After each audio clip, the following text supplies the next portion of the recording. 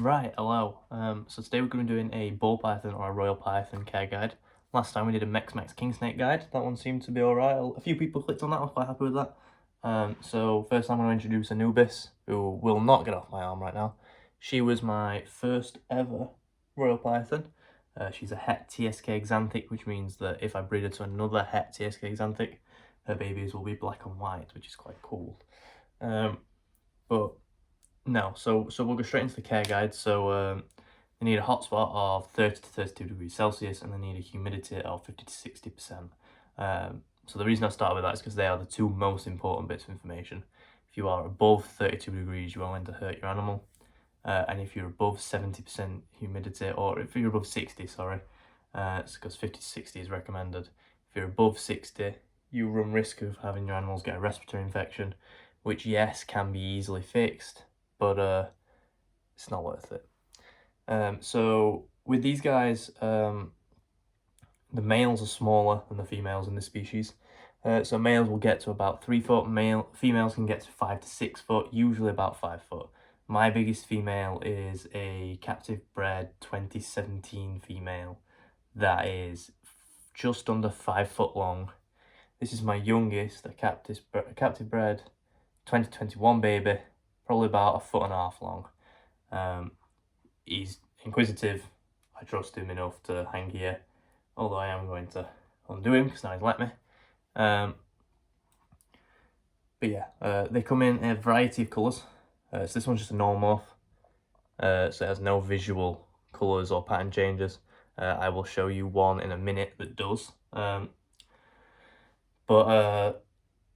They obviously, this is a small example, so they do get bigger than this, so don't think this is what you're going to get when you buy one. They need, as it goes for every other snake, they need an enclosure that usually lets them stretch out. Now with ball pythons you can get away with a little bit smaller. I wouldn't recommend it, but you can do, especially if you're a breeder or whatever, you know, you got a rub system. Then obviously you don't have enough space for the big, 5x2s or whatever.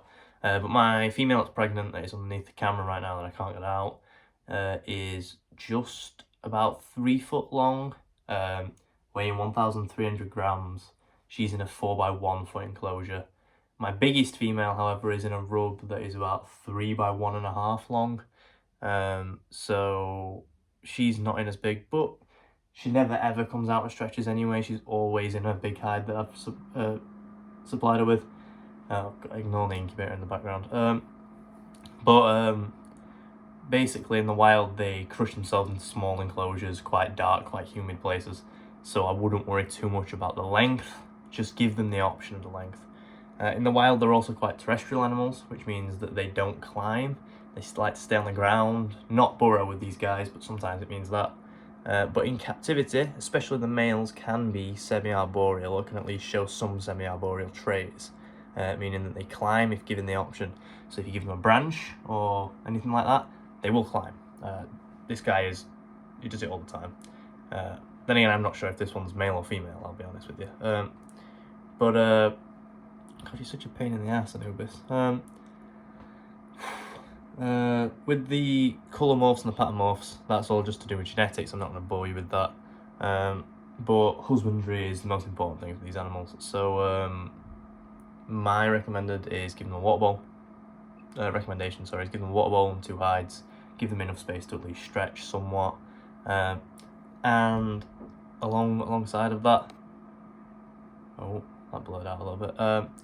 Alongside of that, I use Lignocell. I do know some people use some coconut shavings, whatever it is, I can't remember. I will eventually change these guys from Lignocell because I use Lignocell for my burrowing animals, so my Mex king snake and my Western hognose. I don't think there's much point in using Lignocell for these guys. It doesn't hold humidity very well. There could be better alternatives, but Lignocell is a good starting point, especially if you're not trying to breed. If you've just got one animal, Lignocell is perfect. It's cheap, it's easy, it's dust free. You're not going to have any problems that way. And I've never ever had mites, touch wood, in all the time I've been collecting the animals or looking after the animals. Also caring, I don't like the word collecting. But yeah, I've been doing that for 4 years. So it's given me some success. Now I'm going to put her back. You're going to see me put her back, and I'm going to get the big girl out. Come on.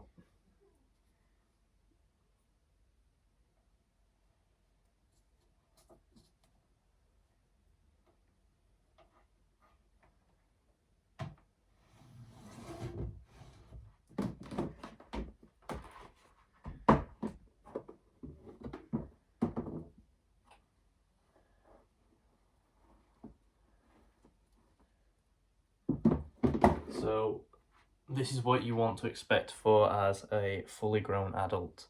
So now that's the size difference. So this is what I was going to tell you about the morphs. So I don't know if you can tell on the camera, this is what you call a leopard morph. So her colours are slightly different.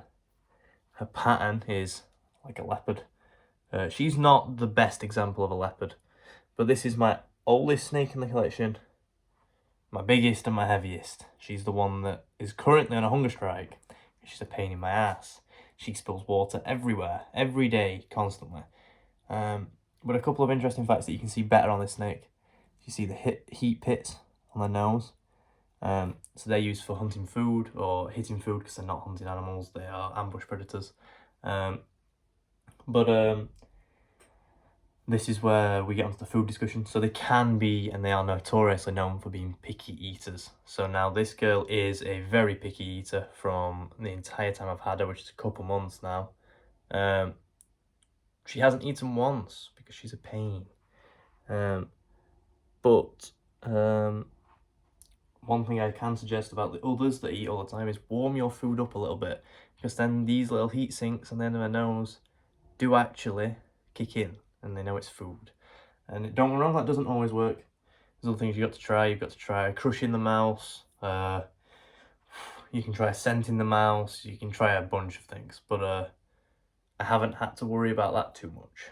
But yeah, I don't think there's much else other than the fact that they're nocturnal animals, so they're only going to be exploring at night or unless you've got them out. I know that's a good thing for a lot of people, because what that means is in the day you can actually get them out and they're quite docile, they're quite placid.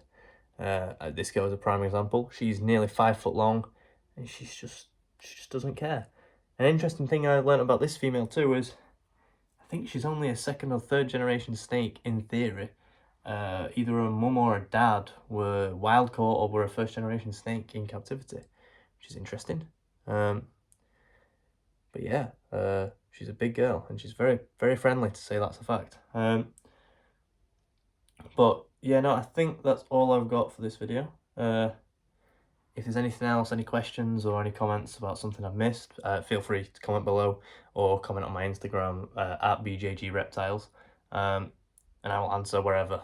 I've also got a TikTok, which is BJG Reptiles, and a YouTube channel, which is obviously the one you're watching. I think that's it. But yeah, if you enjoyed the video, don't forget to like and subscribe, and I will see you next time. Goodbye.